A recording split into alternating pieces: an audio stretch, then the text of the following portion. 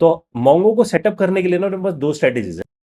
तो मोंगो को सेटअप करने के लिए एक स्ट्रेटेजी तो ये है कि आप मोंगो को अपनी मशीन पे ही सेटअप कर लो, that is called local setup, जिससे आपको मोंगो का कम्युनिटी वर्जन मिलेगा। तो आप मोंगो की वेबसाइट पे जाओगे, वहां पर उसका कम्युनिटी वर्जन मिलेगा और आप इसे सेटअप करके आ सकते हो, जो कि मैं लेस रिकमेंड करता हूं, क्योंकि अगर आपने सेटअप किया तो आपकी लोकल मशीन पे आप उसे कहीं से एक्सेस नहीं करके आ सकते।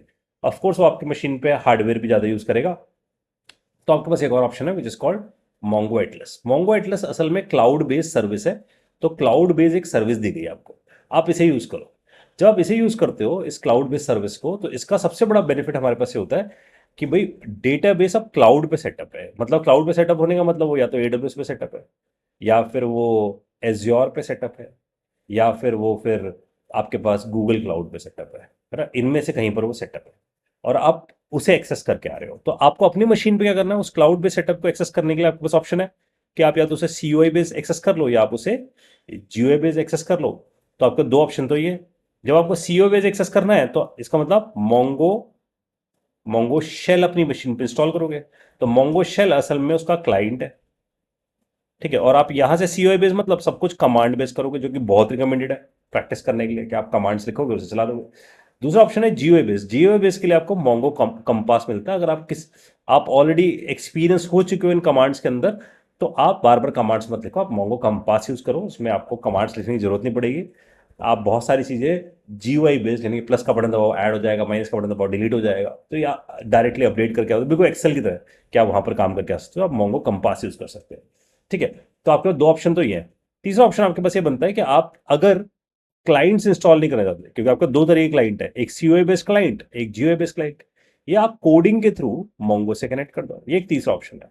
तो आप नोड जेएस के थ्रू मोंगो से कनेक्ट कर जाओ, या जावा के थ्रू कनेक्ट हो जाओ, या सी शार्प के थ्रू जाओ, पाइथन के थ्रू जाओ, किसी भी लैंग्वेज के थ्रू आप कोड करके इससे कनेक्ट करके आ सकते हो।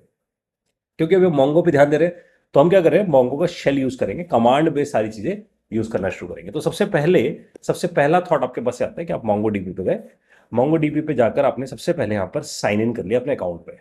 तो आपके पास एक अकाउंट होना जरूरी है और लॉग इन गूगल कर दो बस। तो बहुत सिंपल सा सेटअप है, लॉग इन गूगल करेंगे, ये हमारे पास अकाउंट इसका सेटअप हो जाएगा इससे। तो एक बार इसका अकाउंट सेटअप कर लेते हैं। तो यहाँ जाते हैं। तो जैसे हम यहाँ जाते हैं, तो जैसे अगर मैं जाऊँ तो मेरे इस अकाउंट पे ऑलरेडी एक क्लस्टर दिखा रहा है। तो मैं यहाँ से इस क्लस्टर को हटा सकता हूँ, या मैं एक नया क्लस्टर ऑलरेडी क्रिएट करके आ सकता हूँ। तो लेट से अगर मैं क्रिएट क्लस्टर पर क्लिक करता हूँ, तो ये मेरे से क्लस्टर पूछता है कि कौन सा क्लस्टर मुझे बनाना है। तो लेट से मैंने यहाँ पर एक क्लस्टर बिल्ड किया, तो फ्री वर्जन वाला क्लस्टर मैंने यहाँ पर बिल्ड किया। इसका मतलब देखते हैं, इसका देखो मतलब क्या है कि जब हम मोंगो को यूज करते हैं, तो मोंगो असल में किसी क्लाउड पे सेटअप होगा। लेट्स से मान लेते हैं एडब्ल्यूएस पे। एडब्ल्यूएस पे वो हमें एक स्पेस देगा सब चीजों को चलाने के लिए। उस स्पेस को हम क्या बोल रहे हैं, हमें एक क्लस्टर देगा। तो हम एक क्लस्टर सबसे पहले बिल्ड करेंगे, उस क्लस्टर के अंदर हम अपना एक डेटाबेस बिल्ड करेंगे। डेटाबेस के अंदर कलेक्शन यानी कि टेबल जैसा बिल्ड करेंगे, कलेक्शन के अंदर डॉक्यूमेंट डालेंगे, और डॉक्यूमेंट के अंदर जेसन रखेंगे, और जेसन फर्दर बीसन में कन्वर्ट हो जाएगा। इस तरीके से हमारे पास डेटा मेंटेन होगा। हम जो मोंगो एटलस यूज कर रहे हैं, जो कि हमें सिर्फ और सिर्फ एक क्लस्टर बनाने का मौका देता है फ्री वर्जन में। तो हम एक क्लस्टर बिल्ड करेंगे, फिर उसके अंदर मल्टीपल डेटाबेसेस बना सकते हैं, राइट। और एक क्लस्टर के अंदर 512 MB का फ्री स्पेस हमें मिलता है इस फ्री वर्जन में। अब करते हैं बिल्ड क्लस्टर। तो बिल्डर क्लस्टर पे जैसे गए, तो देखो फ्री का ऑप्शन दिखना शुरू हो गया। तो now it is coming up free, और देखो यहां पर आ गया 512 MB, 5 GB दिखा रहा था। तो 512 MB is basically a storage, और रैम शेयर्ड है, सीपीयू भी शेयर्ड है। इसका मतलब एक शेयर्ड मशीन में बैठे हैं, बिल्कुल ऐसे ऐसे किसी आप बस में बैठे हो और आपको एक सीट मिल गई बस के अंदर, ठीक है। आपको एक ऑप्शन ये भी मिलता है डेडिकेटेड मशीन, 2 GB 2 CPU वाली मशीन ऐसे मिल जाएंगे आपके पास, लेकिन वो पेड में आती है। तो यहाँ पर क्लस्टर जीरो, यहां पर प्रोवाइडर कौन से क्लाउड पे आपको होस्ट करना है, मैं एडब्ल्यूएस प्रेफर कर रहा हूं। रीजन मतलब सबसे पास का जो रीजन एडब्ल्यूएस का प्रोवाइडेड है वो है मुंबई, ठीक है। तो मैंने मुंबई रीजन यहां पर चूज कर लिया। उसके बाद क्रिएट डिप्लॉयमेंट करते हैं बस। क्रिएट डिप्लॉयमेंट करते ये एक क्लस्टर बना देगा, फ्री का एक क्लस्टर मेरे पास क्रिएट हो जाएगा। क्लस्टर जैसे बिल्ड होगा, ये मेरे से पूछेगा कि जो आपका क्लस्टर है, यानी कि आपका जो डेटाबेस बिल्ड होगा, उस पर एक आईपी एड्रेस सेट कर दो। मैंने अपना करंट आईपी एड्रेस में सेट कर दिया। तो इसमें मेरा करंट आईपी एड्रेस सेट कर लिया। इसका मतलब मैं इस आईपी से रिक्वेस्ट कर सकता हूँ इस डेटाबेस के क्लस्टर पे। उसके बाद इसने मेरे से यहाँ पर ड्राइवर की इंफॉर्मेशन मांगी। या मतलब अगर मैं कोड से कनेक्ट करना चाहता हूँ, या जीयूआई तो कंपास का ऑप्शन, और हम किसे यूज करना चाहते हैं, शेल को, तो मैंने शेल चूज किया। अगर मेरे पास शेल नहीं है तो मैं यहाँ पर क्लिक करूंगा I don't have a shell, और बेस्ड ऑन माई ओएस मैं उस शेल को इंस्टॉल कर लूंगा। यहाँ पर डाउनलोड का ऑप्शन है, मैं डाउनलोड कर लूंगा विंडोज के लिए शेल। मैक पे हूँ तो मैक के लिए कमांड चला दूंगा ब्रू इंस्टॉल मोंगो एसएच, तो शेल इंस्टॉल हो जाएगा। मेरे पास ऑलरेडी शेल है, अगर मेरे पास शेल है तो मैं इसे कॉपी कर लेता हूँ इस कमांड को, और यहां से टर्मिनल पे जाता हूँ। तो यहां से मैं एक टर्मिनल ओपन करता हूँ। तो हियर इट इज, मेरे पास यहाँ एक टर्मिनल में, इस टर्मिनल को आपके सामने आता हूँ। Just a second, this is terminal I have so, तो ये टर्मिनल में ले आया आपके सामने, ठीक है। इस टर्मिनल पे जाकर, जिस टर्मिनल पे हम लोग आए हैं फ्रॉम दिस प्लेस, यहाँ आते हैं, यहाँ पर मैं इस कमांड को पेस्ट करूँ, ठीक है। अब जब मैं इस कमांड को पेस्ट करूंगा, मोंगो एसएच मोंगो डीबी, ये मेरे क्लस्टर का यूआरएल है जहां पर क्लस्टर है, और ये मेरे से यूजर नेम पूछेगा। तो आपको क्या करना पड़ेगा, आपको यहां से पहुंचना पड़ेगा इस जगह, और लेट्स से मैं इसे क्लोज करता हूं। यहां पर आपके पास एक डेटाबेस का ऑप्शन आएगा, डेटाबेस एक्सेस का। डेटाबेस एक्सेस पे यहां पर आप अपना एक यूजर बना के रखें।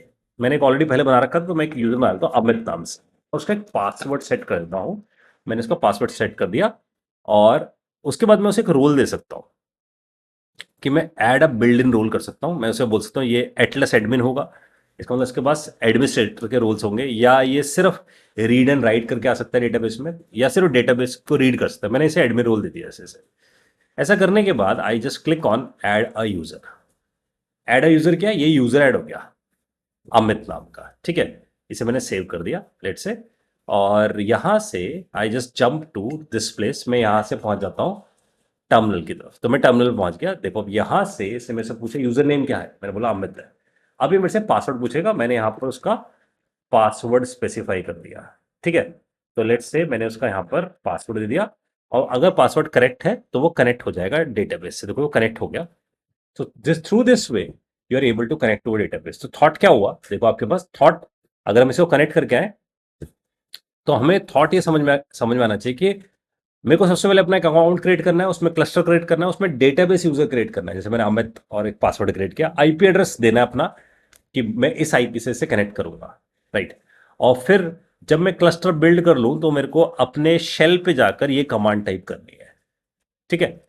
जो कमांड मैंने आपके साथ शेयर करी, जो कमांड हम यहां टाइप करके आएंगे, was this command is get type. जैसी ये कमांड मेरे पास टाइप हो जाएगी, I am able to connect to this cluster. मैं इस क्लस्टर से कनेक्ट हो चुका हूं, और अगर मैं अब यहां जाकर शो डीबीएस लिखता हूं तो ये मेरे को डेटाबेसेस दिखा देगा। इसके पास 3 डेटाबेसेस होंगे बाय डिफॉल्ट इनसाइड इट, है ना। ये सैंपल डेटाबेसेस है जिसने बिल्ड कर रखे हैं। यहां जाके मैं अपना सबसे पहले एक डेटाबेस क्रिएट करूंगा, फिर डेटाबेस के अंदर अपने कलेक्शंस क्रिएट करूंगा, फिर इंसर्शन डिलीशन अपडेशन ऐसे ऑपरेशन परफॉर्म करके आऊंगा।